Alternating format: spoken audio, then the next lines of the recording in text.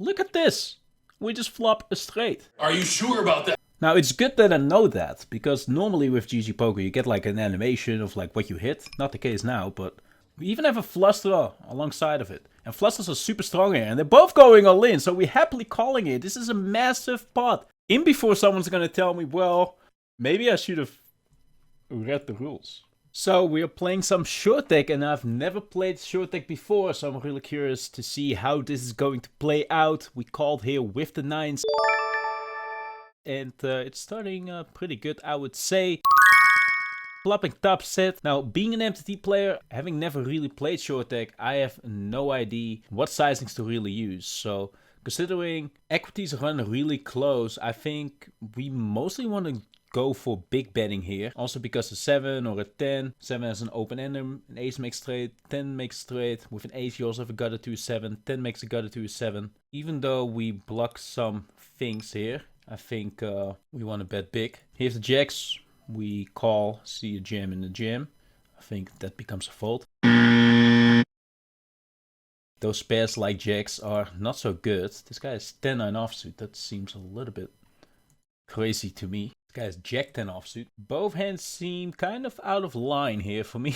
Now I do know that hands like 10-9 suited, or especially jack 10 suited if I'm not mistaken, is kind of the aces of short deck. You have the queen jack, we flop a gutter to a 10. That really ain't as great, but I think his range is gonna be capped when we limp. So I think we want to be betting here. Be the aggressor, so we pick up king, queen.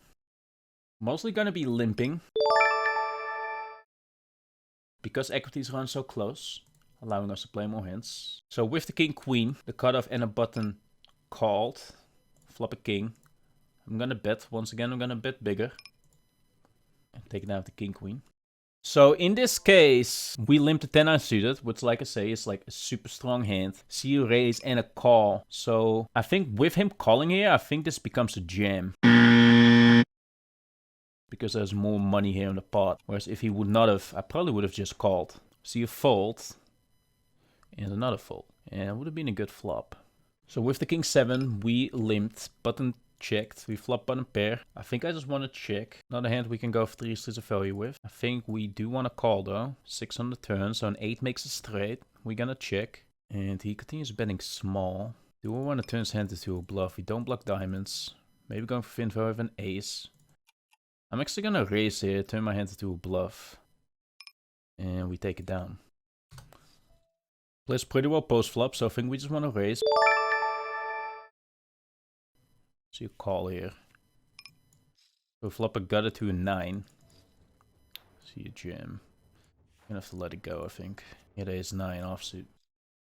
So we limped hit the ace 10 offsuit. We had 2 callers. We flopped up pair. Once again, go for the bigger sizing. So we turn straight, but it's very likely that one of them has a jack. So we're gonna check. Now everyone has a straight. Now I don't have many queen X here that I would play this way. So I think I'm just gonna check and give up. So I think with the offsuit first here, seeing 2 limps, we just want to jam. Because it's a really strong hand. Deny a lot of equity. And it has less playability than, for example, the suited versions. So we pick up ace 8 suited here on the button, which kind of is like the ace 5 suited, right? The short deck, because ace 7, 8, 9, 10 makes it straight 2. We see a call from under the gun. And we see a call from the hijack. And a call from the cutoff. And now it's up to us. So I also think here, these hands just become a jam. Because it's kind of like the ace 5 suited. So even though the suited variants, I think we mostly just want to call or raise. With ace 5 suited, we also very often 3-bet. So I think ace 8 suited is very similar to that. Well, we take it down. Queen 10 suited, also a beautiful hand. Once again, we're gonna limp. We flop middle pair. I think we're gonna check. It's not strong enough to go for multiple streets. Call the bet though. Turn a gutter to a jack. So we may actually turn this into a bluff if he bets here. Does bet big. So we block queen jack. We block 2 pairs. We block sets. I'm actually gonna turn this into a bluff. That helps. That helps. So we don't have to bluff right now. The question is, what sizing do we use? Probably just jamming. It's very likely he has a hand like king 9, king 7, or king queen, king jack, where he can reason, well, we block king queen jack. He does fold. Like, I don't have a hand like 9s, right? I wouldn't call 9s on the flop. 7s probably would play differently, probably would bet myself on the flop. So I really like the bluff and the follow through on the river. But then again, I'm not a short deck specialist, so please let me know in the comments. Considering this is the ace-5 suited of short deck in my mind, we're gonna raise here with the ace-8 suited. See, call from the button. He calls too. Look at this! We just flop a straight. Are you sure about that? Now it's good that I know that, because normally with GG Poker you get like an animation of like what you hit. Not the case now, but we definitely hit a straight. So I think we want to go big. We even have a flush draw alongside of it. And flush draws are super strong here, and they're both going all in, so we're happily calling it. This is a massive pot. We definitely have the best hand here, 54%. What's going on? Don't we just gotta hold? I'm confused. So we chop now with the 9-8. I mean, I was winning, right? I was definitely winning. I mean, I had a straight. I don't think so, pal. Why was it saying I needed outs? Well, we definitely make a lot of money there, so that's nice. That was so weird. In before someone's gonna tell me, well, because like I know that short deck rules are different on certain sides, but like you ain't telling me that ace 7, 8, 9, 10 ain't a straight. You ain't telling me that that is the case, right? Maybe you are gonna tell me this, and it just meant that we got there on the river.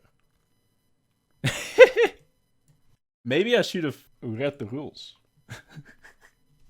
Alright.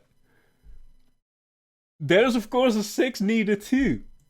Ace, 7, 8, 9, 10. No, Stevie. There is a 6 as well in short deck. But I think there are certain short deck games where there's no 6 either. Maybe that's not true. So, for the record. So if you're going to play short deck, please keep in mind Ace, 7, 8, 9, 10 ain't a straight. There is a 6 involved as well. All around me are familiar faces. RangeConverter won't teach you that, but if you just watch this video, you learn it together with me. We had a ton of outs though. We definitely had a lot of equity there. We were a favorite. Luckily we got there. It would have been funny if we would have lost there and I would have been like, huh, why did I lose? Luckily that didn't happen. We made some money, so that's good. And now you know, if you're going to play short deck, when you've never played it before, just like I did, please bear in mind, Ace, 6, 7, 8, 9 is a straight, not Ace, 7, 8, 9, 10. So, I hope you enjoyed this video. I hope you learned a thing or two and that you saw how RangeConverter can help you to learn the ranges playing short deck. If you like this video, make sure to like it. And if you play any other formats, we also have a lot of videos for you on that topic. So, I hope you enjoyed it. Make sure to like, make sure to subscribe, and look forward to see you in the next one.